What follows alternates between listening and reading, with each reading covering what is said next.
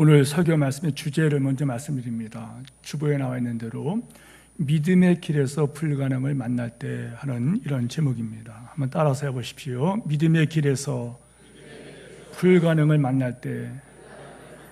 참 심각하죠. 그렇죠? 믿음으로 가는 길에 불가능을 만났다는 거예요.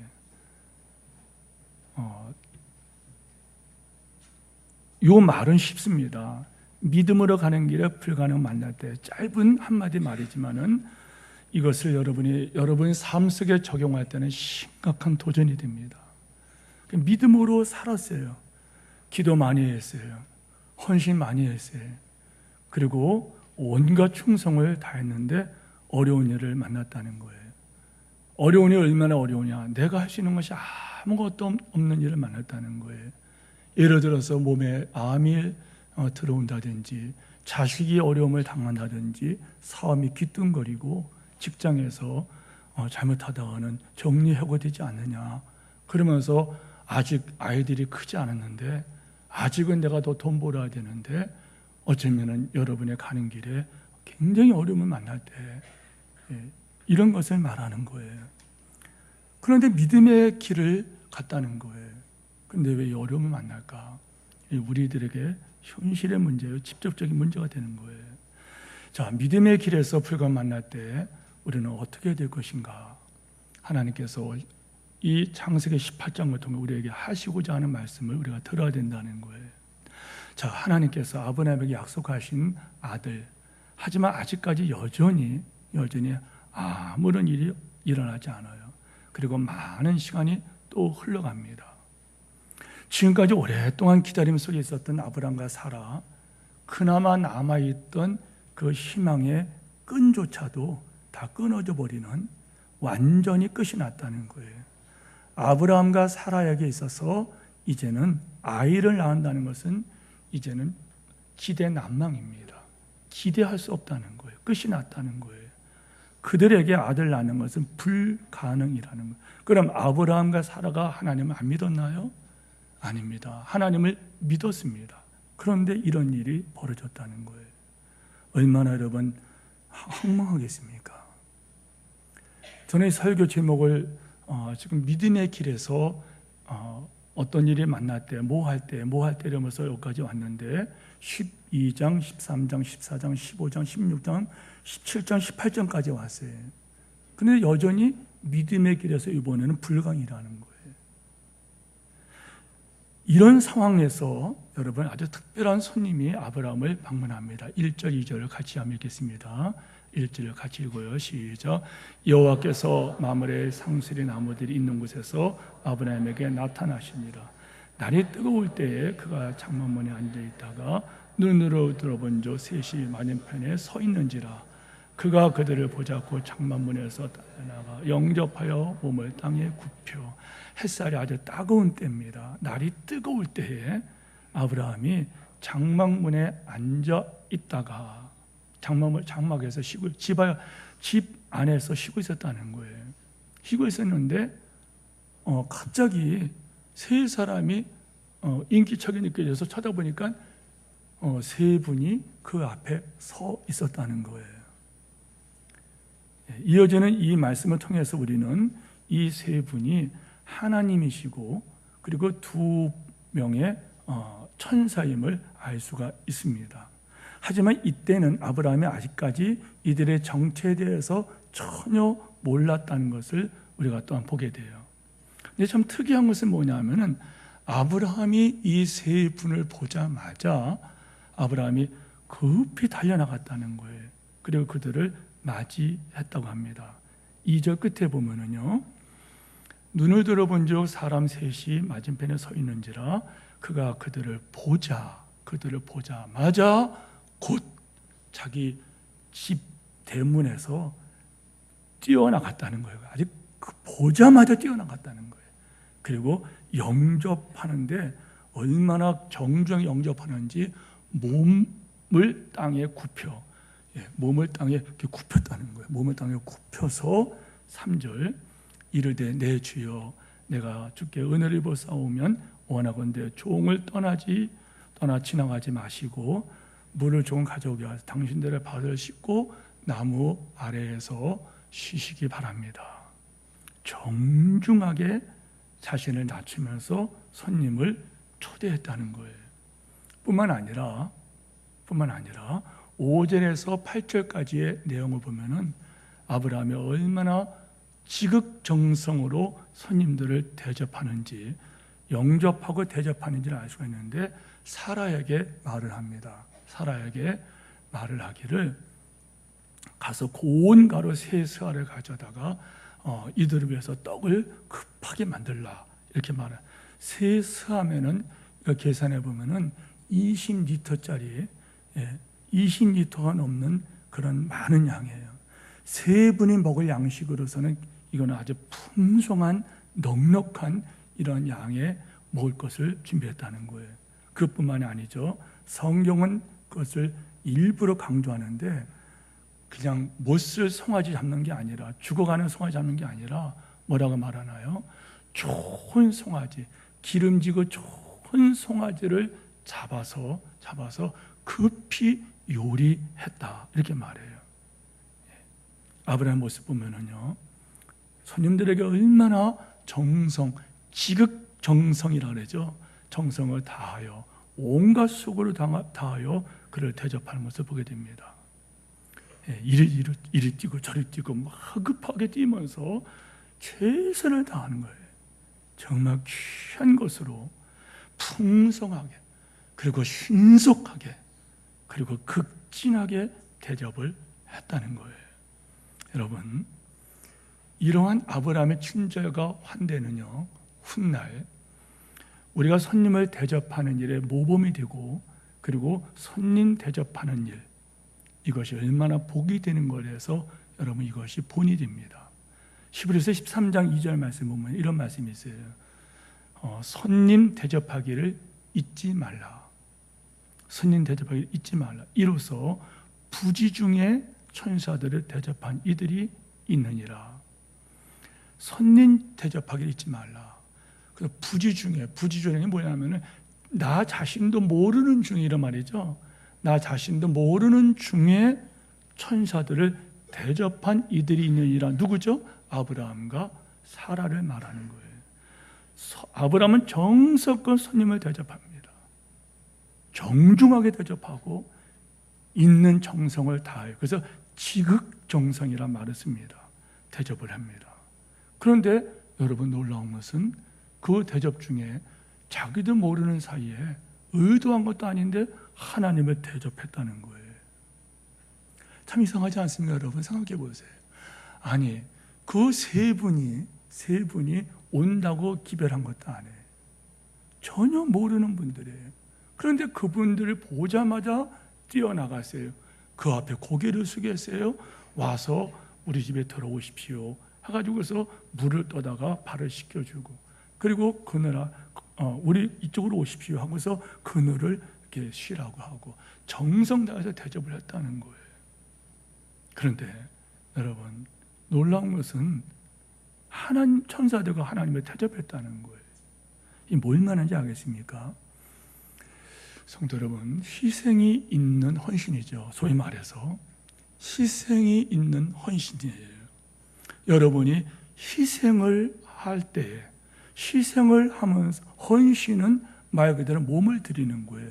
희생이 있는 헌신, 섬김은 참 소중하다는 거예요. 다른 말씀을 통해서 봅니다. 잠언 17장 19절 말씀인데요, 우리 함께 좀 읽겠습니다. 시작. 가난한 자를 불쌍히 여기는 것은 여호와께 구워드리는 것이니 그의 선행을 그에게 갚아주시리라. 문제는 뭐냐면 가난한 자라는 거예요. 가난한 사람이에요. 가난한 사람은 우리 눈에 띄지 않습니다. 무슨 말이냐면 가난한 사람은 여러분이 무시한다는 거예요. 그러나 여러분, 소위 말해서 권력이 있고 재산이 있고 권력과 재물이 있는 그런 사람들은 여러분들 우리가 무시할 수가 없죠. 근데 대상이 뭐예요? 가난한 자라는. 근데 가난한 자를 보고 불쌍한 마음이 들어갔다는 거예요. 가난한 자를 불쌍히 여기는 것은, 현대 성경으로 읽겠습니다. 가난한 사람을 돕는 것은, 여호와께 빌려주는 것이니. 참 희한하지 않습니까? 여기 가난한 사람이 있어요. 몸이 아프건, 왜 그런지 모르지만은 요즘 말하면 노숙자라고 말해도 될 거예요. 가난한 사람이 눈에 보여요. 그 사람은 불쌍히 여겨서 내게 있는 것을 줬다는 거예요. 그 사람을 도와줬다는 거예요. 그런데 이것이 그 사랑은 내 감각이 아니라 이 관계가 바로 하나님께 구워드리는 것이니, 하나님께 빌려드리는 것이니, 하나님께서 그의 선행을 반드시 갚아주시리라. 우리는 1절에서 이어지는 말씀을 통해서 이것을 깨달아야 된다는 거예요. 사랑하는 성도 여러분, 희생이 있는 섬김의 소중함, 축복을 잊지 말기를 축복합니다. 영혼을 구원한다, 이 말도 마찬가지. 그가 예수님을 모시지 않으면은 그 사람은 지옥 갑니다. 한 번 죽는 것은 정한 거예요. 우리 다 죽어요. 그 다음에 심판을 받아요. 그 영혼보다 불쌍한 영혼이 어디 있습니까? 그런데 그 영혼을 구원하기 위해서 몸부림을 친다는 거예요. 기도를 하고 물질을 쓰고 애를 쓰고, 마치 아브라함같이 바싹 낮아져서 전도하기 위해서 우리가 얼마나 낮아져야 됩니까? 얼마나 우리가 종같이 그 앞에 무릎을 꿇어야 됩니까? 그 영혼을 구원하는 것, 그리고 그가 믿음 생활 잘할 수 있도록 돕기 위하여 희생하는 사역, 희생하는 일, 그 헌신, 그 섬김을 감당하는 사람들이 있어요. 우리 목자님들입니다. 목자님들의 헌신이 그거 아닌가요? 주일학교 교사님들이 그 헌신하는 게 아닌가요? 교회 안에 이 모양 저 모양으로 섬기는 많은 분들이 있어요. 오늘 제가 7시에 집으로 이렇게, 오늘 일찍 집에를 가는, 사무실에 있다가 집에 가는데요.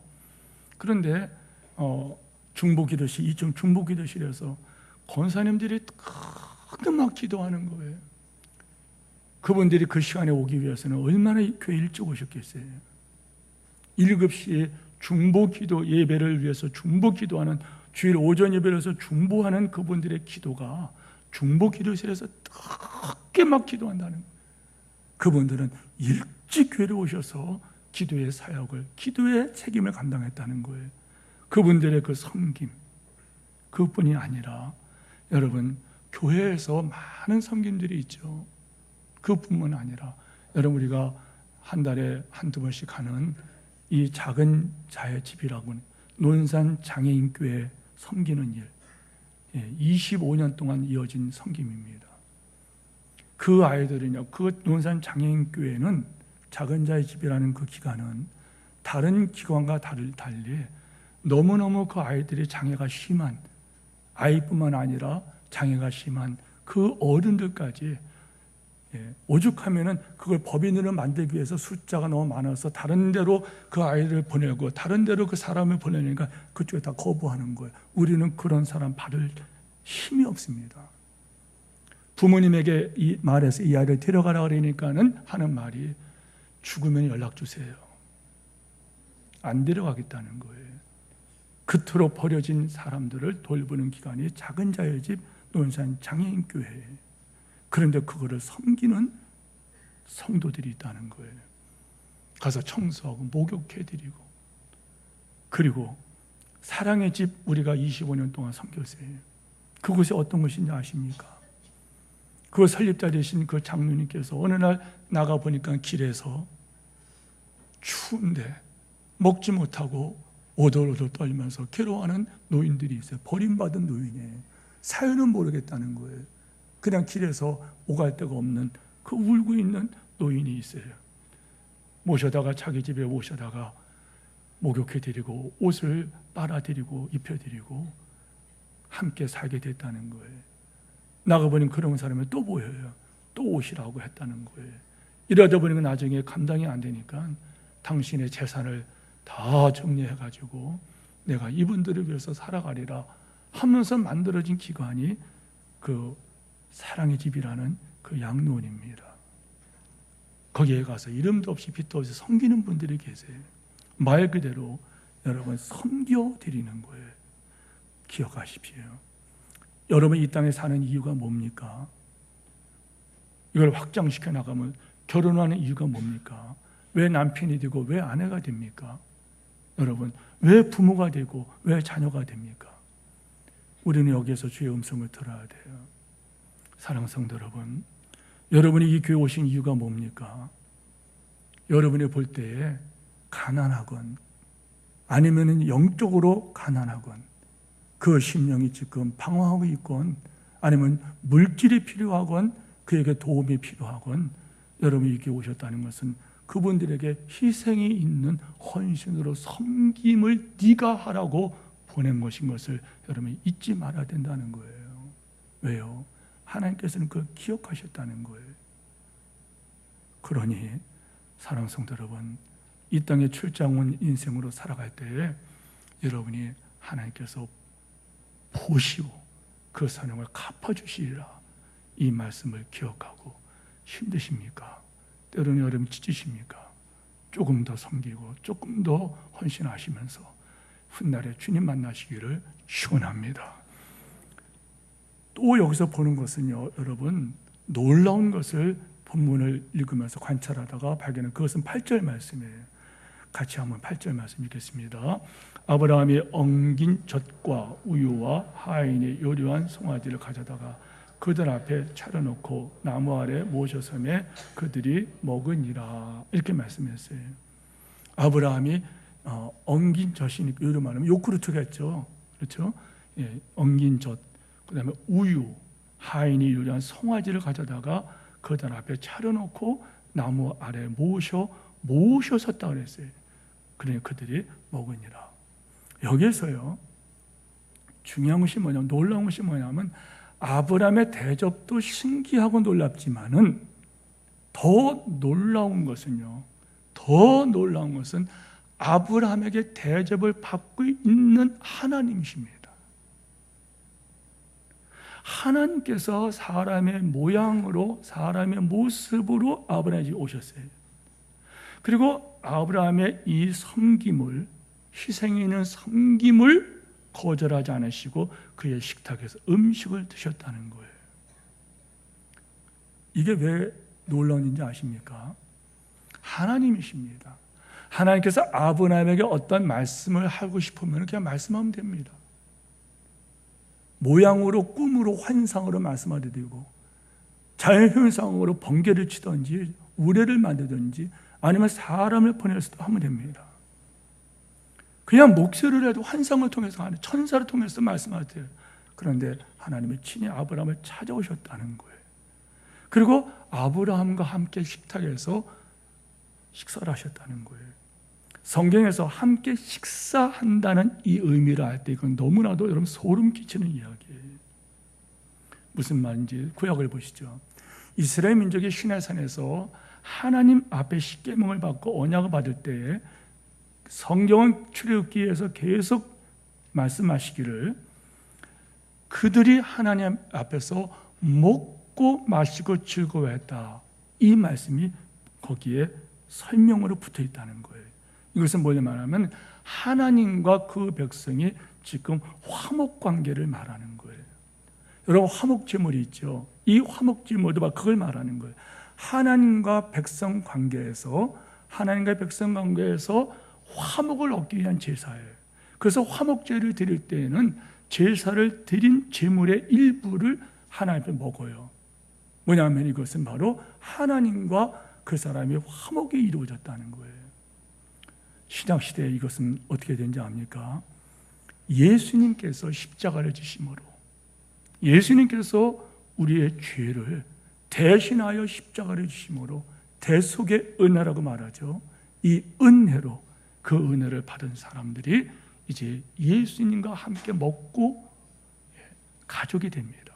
볼지어다 내가 문 밖에 서서 두드리니 누르니 내 음성을 듣고 문을 열면 내가 그에게를 들어가고 그와 더불어 그는 나와 더불어 먹으리라. 이 무슨 말이냐면요, 하나님의 가족이 된다는 거예요. 훗날 여러분이 아브라함의 그 섬김은 바로 예수님의 섬김. 나는 섬김을 받으러 오지 아니하고 섬기려 하고 많은 사람을 위하여 내 목숨을 대속물로 주려 함이라. 예수님께서 이 땅에 오셔서 십자가의 그 사랑으로 우리를 맞아주심으로 훗날 우리는 이제는 어린 양의 혼인잔치의 주인공으로 참여해서 영원한 안식과 기쁨과 영광을 누리면서 언제까지 영원 무궁토록 누리면서 우리는 주님을 높이 찬양하게 될 것을 여러분이 말씀하고 있다는 거예요. 그 주님께서 로마서에 이렇게 말씀하셨어요. 하나님께서 로마서에 이렇게 말씀하셨어요. 예수 그리스도께서 너희를 받아 하나님께 영광 드린 것처럼 너희도 서로 받으라. 따라서 해서 서로 받으라. 서로 받는 게 뭔지 아시겠습니까? 여러분 때로는 남편이 아내를 받기도 힘들죠. 받을 수가 없어요. 용서가 안 돼요. 이해가 안 돼요. 남편을 받을 수가 없죠. 힘들죠. 그럼 우리는 여러분 받아들일 만한 우리는 그런 인간이었습니까? 죄값은 사망이에요. 그런데 하나님의 은사는 그리스도 예수 안에 영생이라. 예수를 그런 십자가로 우리를 받아주셨어요. 그 사랑으로 우리는 이제는 하나님을 영화롭게 해드리는 자가 되었다는 거예요. 그것이 바로 하나님의 영광이라는 거예요. 사랑하는 성도 여러분, 여러분이 이 교회에 오신 것을 다시 한번 우리는 기억해야 돼요. 여러분의 모든 헌신은 하나님께서 받아주시는데 여러분도 이 말씀을 통해서 우리가 깨달을 것은요, 아브라함과 함께 식사하시는 하나님 뭘 말할까? 예수님의 보배로운 핏값으로 여러분의 하나님의 자녀가 되는 이 받아들임의 은혜로 훗날 여러분이 어린 양의 혼인잔치의 주인공이 되는 이런 은혜를 받게 되었으니 여러분들이 앞으로 살아갈 때 여러분들도 여러분 때문에 다른 사람이 살아나고 여러분 때문에 여러분이 누군가 복받는 여러분 귀한 손길들 통로가 되기를 주님으로 축복합니다. 이 말씀을 기억하십시오. 다시 또 9절 말씀 보세요. 다 같이 읽겠습니다. 그들이 아브라함에게 이르되 네 안에 사라가 어디 있느냐 대답하되 장막에. 자, 잘 보세요. 음식을 먹은 손님이 아브라함에게 질문합니다. 네 안에 사라가 어디 있느냐. 자, 이제는 아브라함도 눈치를 챘을 거예요. 네 안에 사라가 어디 있느냐 이렇게 질문하죠. 이 세 분의 정체를 아브라함도 이때는 깨달았을 거예요. 어떻게 이거를 깨달은 걸 알 수 있느냐. 자, 보세요. 그들이 사라라고 하는 이름을 말하. 네 안에 사라가 아니라 사라를 데리고 오라 그래요. 어디 있느냐. 여러분, 사라라는 이름은 지금까지 한 번도 쓰지 않던 이름입니다. 그런데 얼마 전에 하나님께서 이름을 바꿔주신 사라라는 이름을 그 세 분이 알고 있다는 거예요. 어떻게 알았겠어요? 아브라함의 종이 쪼르륵 가가지고서 미리 말하고 와서 그렇게 말하는 어떤 그런 연출을 한 것입니까? 아니죠. 예. 그렇습니다. 아브라함이 이들이 보통 분이 아니구나. 특별한 분의 글을 알았을 거예요. 사라 이름을 알고 있는 그들은 아브라함에게 사라가 어디 있는지 묻습니다. 이거는요, 그분들께서 사라가 어딘지 몰라서 묻는 게 아니라는 거예요. 그럼 왜 네 안에 사라가 어디 있냐 질문을 하셨을까? 이 질문은 그들이 아브라함을 방문한 분명하고 똑똑한 목적이 있다는 것을 그들에게 알려주기 위해서 네 사라가 어디 있느냐 이렇게 말씀했다는 거예요. 그것은 다른 것이 아니라 사라의 출산에 대한 것입니다. 자, 그 약속이 어떤 것인가? 10절 말씀 다시 언급하는데요. 시작. 그가 이르시되 내년 이맘때 내가 반드시 네게로 돌아오리니 네 아내 사라에게 아들이 있으리라 하시니 사라가 그 뒤 장막문에서 들었더라. 자, 여기 보면은요, 그가 이르시되 내년 이맘때에 그분이 말씀하셨어요. 내년 이맘때 내가 반드시 내게로 돌아오리니 그가 이르시되 내년 이맘때 내가 반드시 내게로 돌아오리니 네 안에 사라에게 아들이 있으리라. 그런데 여러분 9절까지 말씀하신 이 주체가 누군가 하면은 복수입니다. 그렇죠? 주제입니다. 복수예요. 여기서는 자연스럽게 단수로 바뀌어요. 그들이 아니라 그가, 그가, 내가 이렇게 바뀌어요. 뭘 말하는지 아시겠죠? 이 말씀이 하나님께서 직접 하신 말씀을 보여주기 때문에 13절을 보세요. 어떤 말씀이 나오나요? 13절에서는 여호와께서 아브라함에게 이르시되 이렇게 말씀하십니다. 여호와께서 사라에게 임신할 것을 말씀하신 하나님, 내년 이맘때 명년 이때에, 내년 이때에 사라가 아들을 낳게 될 것이다 분명히 말씀했다는 거예요. 문제는 사라입니다. 이제 사라입니다. 하나님 말씀을 듣고 속으로 웃었습니다. 즐거워서 웃은 것이 아니라 이것은 의심의 웃음이고 지가 차서 웃는 웃음이요. 어쩌면 서름이 복받쳐서 웃는 것인지 모릅니다. 사람이 너무 기가 막히면요 울음보다 웃음이 터져버립니다. 사라가 방금 들은 말이 얼마나 말이 안 되는 소리인지 상식적으로 불가능하다는 것을 이 부부는 지금 실제 알고 있어요. 현실이라는 거예요. 믿음의 길의 현실이라고 지난주에 말씀드렸죠. 11절 말씀 보십시오. 어떤 것이 현실입니까? 11절 다 같이 봅니다. 아브라함과 사라는 나이가 많아 늙었고, 다시 한번 읽겠습니다. 다 같이 읽으세요. 시작. 아브라함과 사라는 나이가 많아 늙었고, 불가능이라는 거예요. 불가능. 이들 부부에게서, 특별히 사라에게 있어서 불가능이라는 거예요. 오늘날 아브라함과 사라가 뭘 말하는지 아시겠죠? 아브라함과 사라가 바보가 아니에요. 여러분이 믿음 생활을 해나갈 때에 여러분에게 있어서 불가능의 상황, 아브라함과 사라의 이 상황은 나이가 많아 늙었다는 거예요. 그리고 사라에게는 여성의 이 생리가 끊어졌다, 경수가 끊어졌다. 다시 말하면 가임기가 지났다는 거예요. 누가 알고 있어요? 부부가 알고 있고 사라는 당사자 문제예요. 12절 보세요. 얼마나 절박한지요. 12절 같이 읽어요. 사라가 속으로 웃고 이르되 내가 노쇠하였고 내 주인도 늙었으니 내게 무슨 즐거움이 있으리요. 사라가 한탄하면서 어쩌면 울면서 하는 말입니다. 속으로 복받쳐 오르는 서름이 거예요. 자, 사라의 처지를 생각해 보세요. 사라가 결혼한 이후에 지금 90세가 다 되었습니다. 지금 사라는 어려움을 겪고 있어요. 여러분 25년 전에 남편을 불러가지고 자녀를 약속하셨어요. 수많은 자손을 약속하셨어요. 그에게는 그것이 희망이었어요. 그런데 단 하나의 자식도 태어나지 않았어요. 그리고 이제는 아이를 낳으시는 조금의 어떤 실오라기 같은 그런 소망조차 가능성조차 완전히 끊어져 버렸어요. 25년의 시간이 지나갔어요. 긴 시간이 지나갔어요.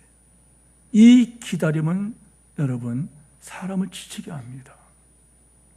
다시 말하면 여러분이 기다림은 사람을 지치게 하는데 이 지쳤다는 증거가 뭔지 압니까? 자, 우리 믿음의 사람들이 지쳤다고 말할 때 어떻게 표현할까요? 여러분 믿음의 길을 가는데 여러분이 지쳤다. 난 이제 지쳤어. 이게 무슨 말인지 아십니까? 현실이 크게 보인다는 거예요. 이제부터는 현실이 크게 보여요. 알겠습니까? 믿음의 길에 여러분이 지쳤다. 이 말은 이제는 현실이 크게 보여요. 안 변한다는 거예요. 해결되지 않는다는 거예요. 풀어지지 않는다는 거예요. 치료되지 않는다는 거예요. 이제는 끝장났다는 겁니다. 사라가 그렇게 됐다는 거예요. 25년을 기다렸어요. 공무원 시험을 봤어요. 공직자의 삶을 살고 싶어서 공무원 시험 봤어요. 합격했어요. 이제 당신은 한 달 후에 출근하세요. 그 기다림은 즐거움이에요. 대학을 시험을 붙었어요. 그리고 나서 3월 달에부터 학교를 나오세요 할 때에는 그 기다림은 즐거움이에요. 그런데 너에게 아들이 나올 것이다 했는데 여러분 기다립니다. 그런데 25년을 기다렸어요. 기다리는 중간에 자기 몸이 점점 늙어져요. 가임기가 지나갔어요. 그 기다림은 사람을 지치게 만들었다는 거예요. 지쳤다는 게 뭐냐면 현실이 크게 보였다는 거예요. 아, 나는 아이를 못 낳는구나. 이제는 끝장났다. 오늘 누가 아브라함이고 사라겠습니까? 오늘 우리를 말씀하시고 있는 거예요. 이때 누군가 와서 이렇게 말합니다. 당신은 아이를 반드시 낳을 겁니다. 이 말은 위로가 아니라 이 말은 오히려 조롱의 말로 들릴 거예요. 적용해 보십시오. 여러분들이 지금 암에 걸려 있어요. 여러분의 자녀가 갈 때까지 갈 정도로 타락해 버렸어요. 여러분의 사업이 지금 뒤뚱거리는 정도가 아니라 완전히 폭삭 망해버렸어요. 직장에서는 여러분 해고를 당했어요. 누군가 와서 여러분 그때에 괜찮다고 말을 해보세요. 위로받으라고 말해보세요. 여러분 그때 그게 위로가 되고 힘을 얻겠습니까? 현실입니다. 불가능입니다. 그런데 기억하세요. 누군가 그렇게 말할 때 사람이 말하면 그것은 조롱, 멸시하는 말이겠지만은 사람의 말하면 놀리는 거지만은 장난치는 거지만 그러나 하나님 말씀하시면은 다르다는 거예요. 하나님 말씀은 다르다는 거예요. 하나님께서는 사라의 반응에 대해서 여러분 지나치지 않아요. 사라의 웃음을 하나님께서는 다시 지적하시면서 아브라함과 사라에게 중요한 교훈을 하세요. 하나님 질문하십니다. 14절 말씀 같이 보겠습니다. 시작. 여호와께 능하지 못한 일이 있겠느냐? 기한이 이를 때 내가 네게로 돌아오리니 사라에게 아들이 있으니. 여러분 믿습니까? 다시 말하면 여호와께 능하지 못한 일이 있겠느냐? 이런 말이에요. 여호와께 불가능이 있겠느냐? 여호와께 불가능한 일이 있겠느냐? 왜 이렇게 질문했느냐 말이에요. 왜 하나님께서는 나는 불가능이 없다, 나는 능하지 못한 일이 없다 이렇게 선포하지 않으시고 나에게 불가능한 일이 있을까? 내가 못하는 일이 있을까? 왜 이렇게 질문했냐는 거예요. 하나님께서 불가능의 현실의 벽에 갇혀있는 이 사라, 아브라함, 이 사라에게 그 불가능의 그 감옥이라고 말할까요? 불가능의 그 속에서 그 동굴 속에 갇혀있는 그 사라를 하나님께서 거기서 끄집어내시고 불신의 벽을 깨트려버리기 위해서, 그리고 믿음을 격려하기 위해서 하신 말씀이, 방법이 하나님께 불가능한 것이 있겠느냐? 진지하게 사라는 이제 이 말씀을 생각했을 거예요. 본문만 생각하면서 여러분에게 다시 한번 진지하게 질문하고 여러분 답변하십시오. 하나님의 능력이 부족함이 있을까요? 하나님께 불가능한 일이 있을까요? 우리는 믿는다고 할 때에 믿음을 점검해 볼 수 있는 방법이 있어요. 우리는 너무나도 안 된다는 말을 너무 자주 해요. 할 수 없다고 말해요. 불가능하다고 말해요. 포기해요. 시작조차 안 해요. 미리부터 걱정해요. 그러면서 우리는 하나님의 전능하심을 제한해버려요. 제한해버립니다. 전능하신 하나님을, 전지전능하신 하나님을 내 머릿속에다가 집어넣어버려요. 심지어 그렇게 말을 하면서 저까지 설득을 합니다. 담임 목사까지 설득하면 목사님 그건 안 됩니다. 그건 안 됩니다. 목사님 정신 차리세요. 안 된다는 거예요. 그런 일은 일어나지 않고 그 인간은 변하지 않는다는 거예요. 정신 차리라고 말합니다. 사랑하는 성도 여러분, 지금 무엇이 여러분을 제한하고 있습니까? 지금 무엇이 여러분을 꼭 그걸 잡아두고 있습니까? 지금 불가능하다고 생각한 것이 여러분의 무엇입니까? 질병입니까? 어떤 인간입니까? 어떤 상황입니까? 지금 하나님이 여러분과 저에게 질문하십니다. 내게 능하지 못한 일이 있느냐? 여러분 어떻게 대답하겠습니까? 머리와 입술로는 전능하신 하나님을 말합니다. 생사벽의 주권자 하나님을 말합니다. 그러나 실제에서는 부인합니다. 증거를 말씀드릴까요? 여러분이 환난 날에 하나님께 기도하지 않습니다. 그리고 여러분은 하고 싶은 대로 합니다. 보이는 대로 듣는 대로 여러분 생각한 대로 여러분이 행동합니다. 기도하지 않죠. 목사님들이 하는 말씀이 있어요. 더 깨져야 된다고. 더 깨져야 된다고. 여러분이 기도하지 않고 말씀 앞에 엎드리지 않는 이유가 있어요. 뭔가 붙잡은 것이 있다는 거예요. 뭔가 기댈 것이 있다는 거예요. 그래서 하나님께 나오지 않아요. 그것조차도 깨져야 된다는 거예요. 말씀을 믿지 못하면 그냥 웃어 넘깁니다. 그것은 성경에서 말하는 것이고 성경 하나님의 말씀입니다. 그거는 목사님이 하는 말이고 그런 우리에게 하나님께서 다시 질문하십니다. 사랑하는 아무개야, 내게 능하지 못한 일이 있겠느냐? 내가 네 자녀를 회복하지 못할 것 같으냐? 내가 네 앞길 열어주지 못할 것 같으냐? 내가 네 사업을 붙들지 못할 것 같으냐? 너한테 질문한다. 사랑하는 성도 여러분, 여러분이 믿는 하나님은 정말 불가능이 없으신 하나님, 전능하신 하나님이십니까? 그렇다면 여러분 그분에게 믿음을 회복해 달라고 울부짖는 회복의 역사가 있기를 축원합니다. 여기에 중요한 질문을 하신 하나님께서 또 약속을 말씀하시면 14절 보세요. 여호와께 능하지 못한 일이 있겠느냐? 하나님이 답답하다는 것. 그러면서 하나님께서 분명히 똑똑하게 말씀하십니다. 기한이 이를 때 내가 네게로 돌아오겠다. 내가 네게 돌아올 거예요. 사라에게 아들이 있으리라. 하나님께서 원하시는 것은 뭘 말인지 아십니까? 여러분, 사라와 아브라함과 사라가 볼 때 자신들의 상황과 처지는 불가능해요. 전혀 꿈을 꿀 수가 없어요. 붙들 것이 없어요. 제한된 능력과 자원에 매여 있는 자식들을 볼 때 하나님의 무한한 자원과 하나님의 무한한 능력을 자기 시선으로 본다는 거예요. 보세요. 이렇게 소리치면서 악쓰면서 설교하는 목사도 마찬가지예요.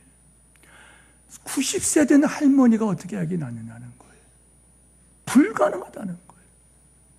하나님은 가능하십니다. 그렇다면 이제 이 질문을 각자에게 적용해 보세요. 여러분에게서 지금 불가능인 것, 오늘 사라가 누굽니까? 오늘 여러분이 사라가 누군가요?